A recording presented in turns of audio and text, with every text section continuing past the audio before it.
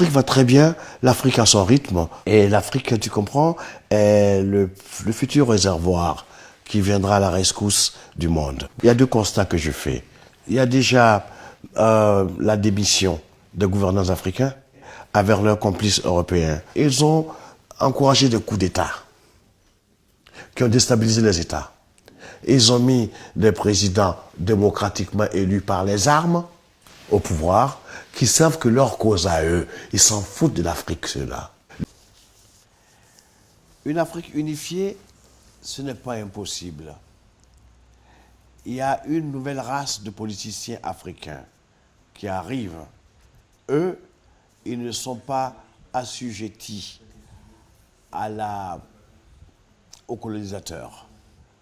Mais certains ont bradé leur souveraineté pour pouvoir se maintenir au pouvoir. Ceux-là, leur temps de vie au pouvoir est limité. La nouvelle vague qui arrive n'est pas prête à accepter ce genre d'irresponsables africains. Je voudrais dire que faut pas que nos présidents africains aient cette mentalité d'assister. C'est cette mentalité d'assister qui nous met en retard.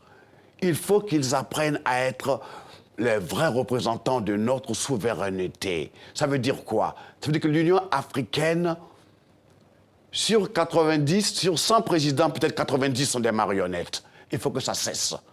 Il faut que les présidents qui ont été élus, choisis par le peuple, prennent les devants et qu'ils ne suivent pas le mimétisme coupable et complice des marionnettes qui siègent à l'Union africaine.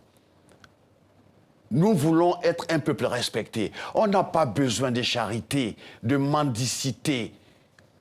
L'Afrique a tout pour s'en sortir. Ça fait 60 ans qu'on nous promet qu'on nous aide. On ne veut pas de cette sorte d'aide. On n'est pas des mendiants. Oui. On a le pouvoir humain, on a l'énergie de matières premières, on peut s'en sortir. Beaucoup de politiciens africains sont ce que j'appelle des analphabètes politiques. C'est-à-dire qu'ils font le système D en politique. Nous, Africains, francophones, avons besoin de nous libérer de cette monnaie qui nous enchaîne et qui enchaîne nos chefs d'État. Nous avons le devoir, donc, de briser ces chaînes, de nous libérer et de libérer nos chefs d'État avec nous, victimes du chantage des propriétaires véritables du CFA. Le linge sale de la famille politique ivoirienne se lave sur la place publique internationale à La Haye. Okay. Et de ce fait, la Côte d'Ivoire juridique, perd sa souveraineté.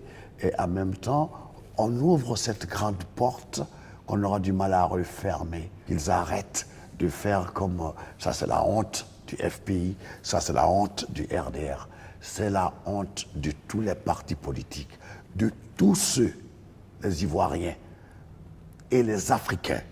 C'est le procès de l'incapacité des pays africains, des politiciens africains à gérer leurs problèmes internes d'eux. Donc c'est la honte de l'Afrique. Today she told me that she's leaving and I don't want to lose my mind.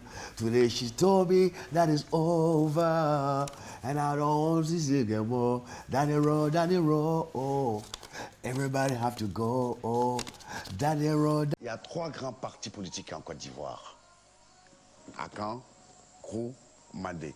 Les 3 grands groupes ethniques de Côte d'Ivoire. Et les 3 grands partis représentent ça. C'est dangereux. Muhammadu Rasulullah, Sebe Allah, Sebe Allah, Sebe Allah, Sebe Allah, Sebe Allah, Sebe Allah, Sebe Allah, Sebe Allah, Semi bene yo, semi bene yo. Allah ko dinama. Nimmi bene ra, nimmi bene ra. Masa ko landuna. Kumam bene da, kumam bene da. Allah ko landuna. Semi bene yo, semi bene yo. Masa ko landuna. Terebe, kalube, wayo fanambe.